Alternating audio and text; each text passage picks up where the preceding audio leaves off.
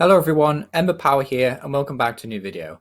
In this one we're going to be looking at deck lists for everyone's favourite pig from Scarlet Violet, well, the evolution to everyone's favourite pig, and that's going to be Oinkologne.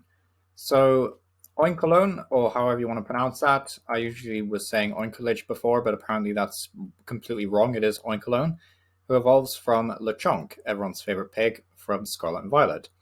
So Oinkologne EX is a colourless Pokemon with 260 HP, weakness to fighting, has two really good attacks, Fragrance Fury and Heavy Stamp.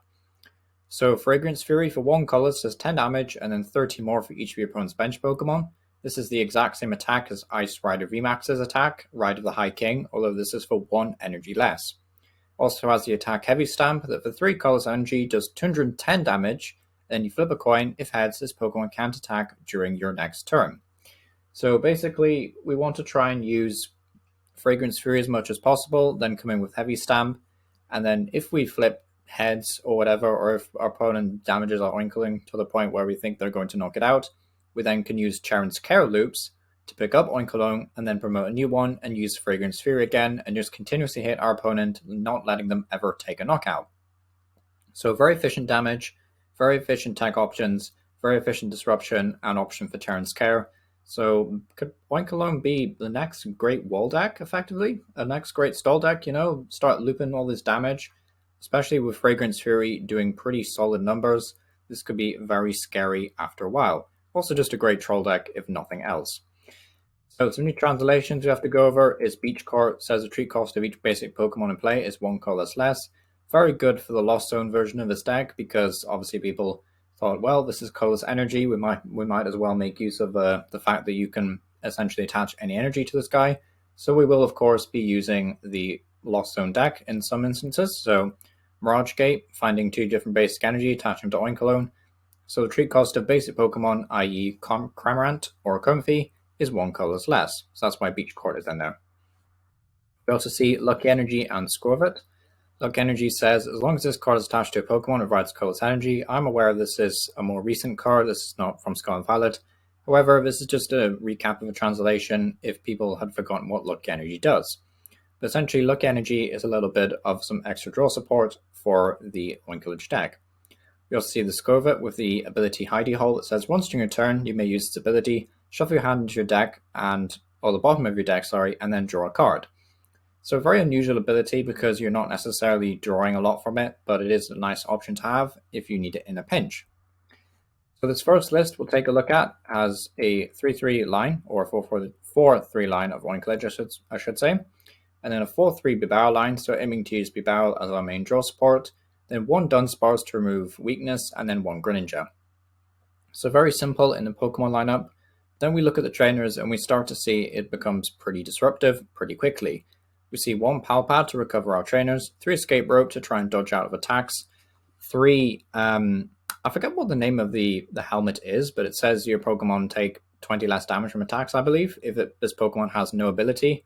And this helmet hasn't really seen a lot of play because most Pokemon that are really good tend to have an ability. Oinkologne does not, so this helmet is pretty good in that regard.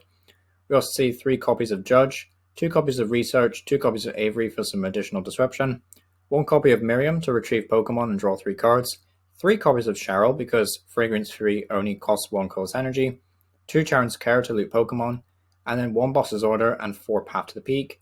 We also see 4 V-God Energy, take less damage from V Pokemon, 4 Lucky Energy, and 2 Double Turbo. Very cool list, hyper consistent, very disruptive. I could definitely see this list being one of the best ways to play Oinkologne. So this next list is going to be playing the same kind of Bibarel engine, 4-3 line again, 4-4 line I should say with Oinkologne, and then 3-2 with Bibarel.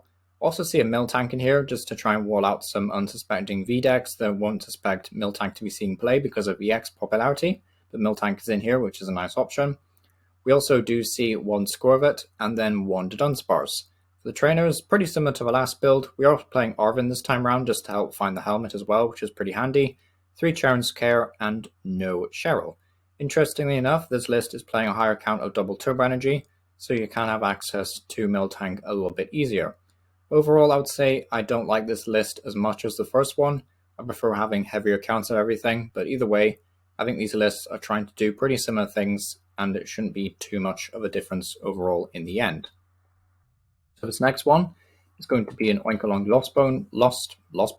Lost Zone deck list with the 4 Comfy, the 2 Cramorant, 3 Sableye, Radiant Zard. We've always seen that before, but of course the new cards being the 2/2 line of Oinkologne. If you're just looking to play like a Lechonk deck in your Lost Zone deck in post-rotation, you just want to play the pig post-rotation effectively, then this will be the deck list for you. So, like 4 Colorus, 2 Raihan, 1 Roxanne, 2 Clara, 2 Boss. A lot of supporters for a Lost Zone deck list, a lot more than you would usually expect to see in these. But overall, I do really like this list. 4 Battle VIP Pass, 4 Fog Crystal, then 4 Balls, and then 4 Switch, 4 Robe is very consistent. Also playing 4 of a new Beach Court to get max consistency, so I do like this list overall. I think the first list is probably my favorite, but this one is probably a close second. So thanks for watching. Let me know what you think about Oinkologne down below. Do you think it's going to be a way to play Lechonk post-rotation? Do you think the deck is any good? Is it like tier 2? Is it even higher? What do you think of this deck post-rotation? So thank you for watching. Let me know what you think down below. It's been Overpower, and thank you for watching.